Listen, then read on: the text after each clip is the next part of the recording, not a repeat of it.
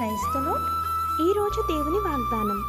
నా యందు మీరును మీ యందు నా మాటలను నిలిచి ఉండిన మీకేది ఇష్టమో అడుగుడి, అది మీకు అనుగ్రహింపబడింది. యోహాను సువార్త 15వ అధ్యాయం 7వ వచనం. ప్రియమైన సహోదరి సహోదరులారా, మనము సహజముగా దేవుణ్ణి ఎన్నో అవసరముల కొరకు అడుగుతూ ఉంటాము. కానీ ఎక్కువసార్లు వాక్యం మనకు ఉపయోగపడేలా వాడుకుంటాము, కానీ ఆ వాక్యం ప్రకారం జీవించేందుకు ఆసక్తి చూపము. మనలో ఆయన వాక్యము లేనప్పుడు పరిశుద్ధత ఏమాత్రమూ ఉండదు. మనము సహజముగా ఒక అతిథి ఇంటికి వస్తున్నప్పుడు ఇంటిని శుభ్రంగా ఉంచుతాము, ఎందుకంటే శుభ్రం లేని ఇంటిలో అతిథి అసౌకర్యంగా ఉంటుంది కాబట్టి శ్రద్ధతో ఉంటాము. అలాంటిది దేవుణ్ణి హృదయంలోనికి ఆహ్వానించినప్పుడు ఎంత పరిశుద్ధంగా ఉండవలను. కానీ అనేక మంది పరిశుద్ధత లేని హృదయంలోనికి దేవుణ్ణి ఆహ్వానిస్తారు, అది అసాధ్యము.